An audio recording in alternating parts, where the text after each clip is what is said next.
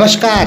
Galwan valley में युद्ध के हालात बने हुए हैं, इसलिए भारतीय एयरफोर्स के फाइटर प्लेन मिसाइलों से लैस होके आसमान में घूम रहे हैं। यानी भारतीय एयरफोर्स को एक इशारा हो जाए तो वहां तिब्बत में घुस के चीन के कई ठिकानों पे बमबारी कर सकती है, केवल एक इशारा मिलने पे। हालांकि चाइनीज एयरफोर्स भी पूरी तरह अलर्ट है। इसी बीच रूस की तरफ से एक बयान आया है। रूस ने कहा है, हम भारत को तत्काल में तुरंत सारी युद्ध सामग्री देंगे। भारत जो ऑर्डर करेगा उसे तुरंत ही भारत को दिया जाएगा। हालांकि भारत ने मिग-29 के नए वर्जन और सुखोई फाइटर प्लेनों का ऑर्डर दिया है। जो फाइटर प्लेन दुर्घटनाग्रस्त हो गए थे, उनके बदले कुछ फाइटर प्लेन दुर्घटनाग्रस्त हुए थे। इसलिए भारत ने तुरंत ही रूस से फाइटर प्लेन देने को कहा है।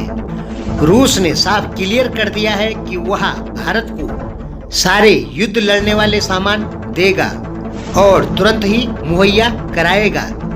और हो सकता है भारत तुरंत ही और सुखोई फाइटर प्लेनों का ऑर्डर रूस को दे, क्योंकि भारत ने किसी भी देश की 5वीं पीढ़ी के 5th जनरेशन फाइटर प्लेनों को जवाब देने के लिए सुखोई फाइटर प्लेनों के ऊपर ब्रह्मोस मिसाइल को ले जाने की क्षमता विकसित की है।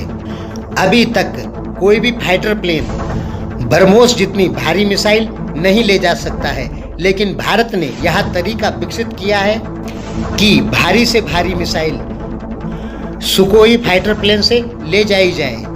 यह भारत ने 2013 में ही रणनीति बना ली थी, जब चीन सीमा पर सड़क का निर्माण कर रहा था।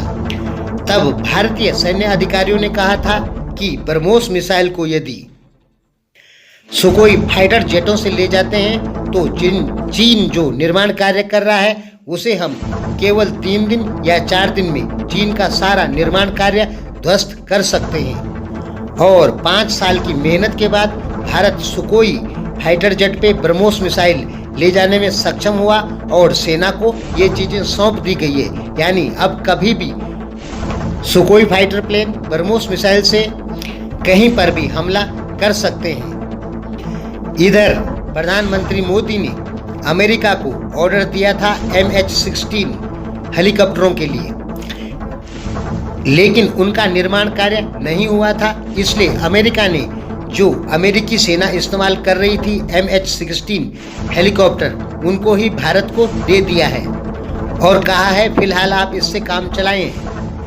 इधर भारत ने अरब सागर में पाकिस्तान को प्रेशर में डालने के लिए कुछ अपने समुद्री जंगी बेड़े भेज दिए हैं, ताकि चीन से युद्ध के समय में पाकिस्तान किसी प्रकार की कोई हरकत न कर पाए। अगर पाकिस्तान ऐसा कुछ करता है तो पाकिस्तान के हाथ से कराची चले जाएगा, क्योंकि बगल में ओमान में भारतीय सैन्य अड्डा है और दुबई ने भी अपना एक अड्डा भारत को दिया है।